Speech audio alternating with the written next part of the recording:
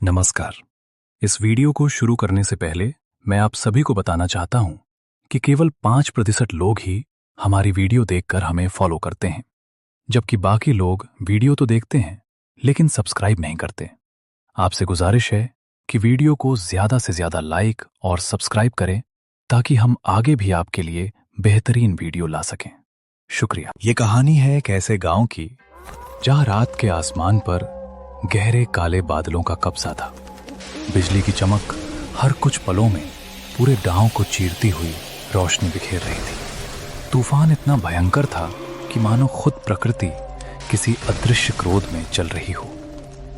अंदर राजवीर, उसकी पत्नी सुचित्रा और उनकी 11 साल की बेबी सानवी अपने पुराने घर में बैठे कांप रहे थे। ये तूफान थमने का नाम ही नहीं ले रहा। दीवारें भी कांप रही हैं।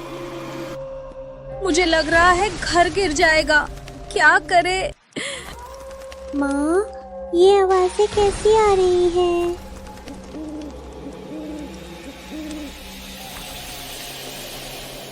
वे बाहर निकलते हैं और कुछ ही कदम चलते हैं कि उनका मकान तेज हवा में गिर जाता है।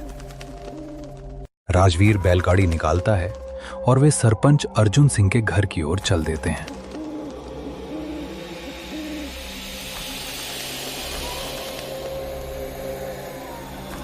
कीचड़ भरे रास्ते पर बैल धीरे धीरे चलते जा रहे थे।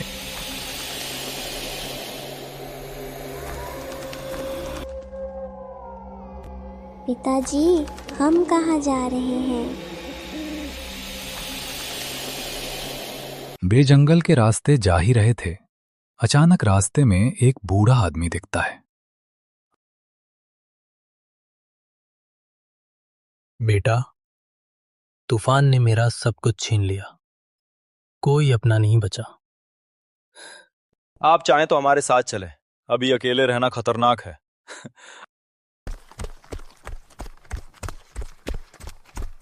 सुचित्रा को उस आदमी पर शक होता है, लेकिन राजवीर उसे साथ बैठा लेता है।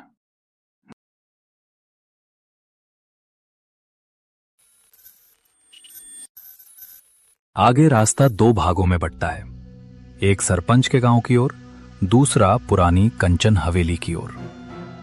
उस हवेली पर सालों से किसी श्राप की कहानी फैली थी। बेटा, बैल इतने दूर नहीं जा पाएंगे। हवेली में रात काट लेते हैं। नहीं, वहाँ अजीब अजीब आवाजें आती हैं। अगर इसे अकेला छोड़ देंगे तो ये यही मर जाएगा। बैल थक गए हैं बेटा, इतने दूर नहीं जा पाएंगे। हवेली में रात काट लेते हैं। नहीं, वहाँ अजीब अजीब आवाजें आती हैं। अगर इसे अकेला छोड़ देंगे तो ये यहीं मर जाएगा। बैल बिना विरोध के हवेली की ओर बढ़ने लगते हैं, जैसे कोई अदृश्य ताकत उन्हें खींच रही हो। हवेली का दरवाजा चरचरा कर खुलता है। अंदर अंधेरा, टूटी कुर्सियां, धूल के मोटे परते और दीवारों से झूलते लटके हुए जाले। जैसे ही बिजली चमकती है, दीवारों पर टंगी एक पुरानी पेंटिंग चमकती है। पेंटिंग में एक आदमी जिसका चेहरा हूबहू उसी बूढ़े से मिलता था। सुचित्रा सुन्न रह जाती है। राजवीर, ये पेंटिंग वाला आदमी, ये वही है। बूढ़ा धीरे धीरे खड़ा होता है। उसकी आंखें लाल आग जैसी चमकने लगती हैं। उसने मुट्ठियां कसी, हवा अचानक ठंडी हो जाती है। तूफान मुझे तुम्हारे पास लाया ताकि मैं तुम्हें इस हवेली में ले आऊं। अब तुम यहां से जिंदा नहीं जा पाओगे। राजवीर, सुचित्रा और सानवी पीछे की तरफ भागते हैं। बूढ़े की परछाई दीवारों पर फैल रही थी, जैसे धुआं, जैसे कोई छाया उन्हें निगल लेगी। राजवीर खिड़की तोड़ता है। तीनों कूद कर बाहर भागते हैं। हवेली के पीछे से चीख जैसी आवाज आती है, वापस आओ। वे भागते भागते सरपंच अर्जुन सिंह के घर पहुंचते हैं।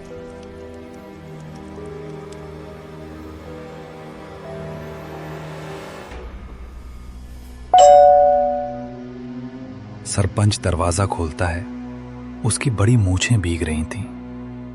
राजवीर, इस तूफान में क्या हुआ? राजवीर हांफते हुए पूरी कहानी सुनाता है। सरपंच का चेहरा लाल हो जाता है।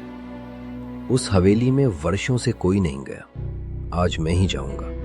अगर आत्मा है तो सामने आकर दिखाए। वो गांव के तांत्रिक बलदेव नाथ को बुलवाता है।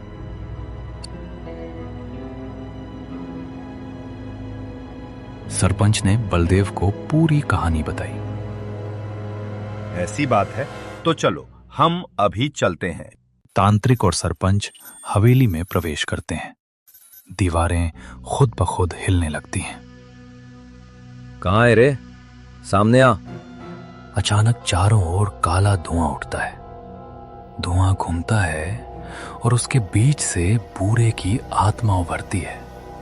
उसकी आंखें खून की तरह लाल, आवाज गूंज की तरह भारी।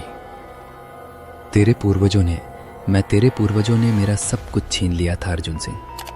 मैं तुम्हारे घर में काम करने वाला गरीब नौकर था, कर्ज में दबा, भूखा। तुम्हारे दादा ने मुझे हवेली में बंद किया और मैं वहीं मर गया। मुक्ति दिलाऊंगा, कल ही हवन करवाऊंगा। तेरे साथ जो गलत हुआ उसकी भरपाई मैं करूंगा। आसमान में बिजली चमकती है। आत्मा सरपंच की ओर झपटती है। ओम भूर्भुवः स्वाहा, ओम भूर्भुवः स्वाहा। मंत्र की आवाज गूंजती है। अंधेरा टूटने लगता है। आत्मा कमजोर होकर पीछे हटती है। दर्द में चीखती है। मंत्र पढ़ना बंद करो। आत्मा रोते हुए कहती है, मैं भी इंसान था, बस इंसाफ चाहता था। सरपंच की आंखें भर आती हैं। मैं तुझे मुक्ति दिलाऊंगा, कल ही हवन करवाऊंगा। तेरे साथ जो गलत हुआ उसकी भरपाई मैं करूंगा। कुछ दिनों बाद गांव में बड़ा हवन होता है। पूरे गांव वाले उस आत्मा के पाप और प्रताड़ना के लिए क्षमा मांगते हैं। हवन की अग्नि उठती है और आत्मा प्रकाश बनकर आकाश में विलीन हो जाती है।